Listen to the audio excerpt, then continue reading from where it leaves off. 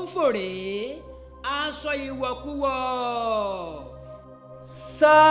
Sàkátà gbàrà. ẹ̀yin òbí ẹ ò dẹ̀ jẹ́ ká mójútó àwọn ọmọ yìí. ẹ̀yin náà ẹ wọlé yìí ṣé hòhò lọ́wà ni àbówọṣọ kí ló jọ aṣíwìn ni àbí dìgbòlugi èèmọ̀ rèé a ò gbọ́dọ̀ wòran. ẹ wọlé yìí náà ẹ wò ó bó ṣe ń jó tàmúrégé tìrégé tàǹgérégé tìrégé lórí tíkítọ́ọ̀kì. ṣé nítorí owó monetization yìí náà ni ṣé nítorí owó gbẹnu sí owó dígítà ló wá sọ àwọn ọmọ wa di ìdàkudà báyìí àbí olóṣó in disguise aṣẹ́wó in disguise hook up in disguise. ṣàkátàgbàrà báyìí là á ṣítọ̀ bí tó báyìí láyé jù ẹjẹ́ yà jọ ẹ̀ sọ́nà fún ni ààrẹ agbáṣàgà àwa ò ní dákẹ́ tẹ́ ẹ bá lẹ́yìn ò ní gbọ́.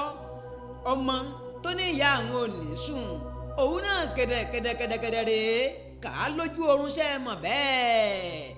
aṣọ ìwọ̀kuwọ̀ ó wá ń di tá à ń fi ń ṣe kínni tá à ń fi ń ṣohun àmúyangàn ní ìgboro wa ní ìgboro ayé tó o bá sí ìwọṣọ ìwọ̀kuwọ̀ wọ́n lọ jà wọ́n lọ twist wọ́n lọ òdàmọ̀ wọ́n sọ pé ojú ẹ̀ dúdú òríta ṣàkátà gbàrà. ẹ wò ó bí wọ́n ṣe ń sìkì níyẹn lẹ̀ sìkìsìkì àyà wọn ẹ wò ó bí wọ́n ṣe ń sì í lẹ̀ ó mọ̀ wá ga o ibi ayé ń lọ ìyé òye nìkan mọ́ Èdùmàrè gbà wá ṣùgbọ́n kí oníkálukú kó ṣe kí ni kó kọ́ ọmọ ẹ̀ kó lè bá a fún ẹ ní ìsinmi. ntí ayé dàrẹ́ o lọ́wọ́ social media ntí ayé dàrẹ́ o lọ́wọ́ monetization tá a bá ń ṣe kọ́ńtẹ́ǹtì tá a ń dára wa lẹ́kọ̀ọ́ ntọ́jẹ́mẹ́ education enlight entertain inform.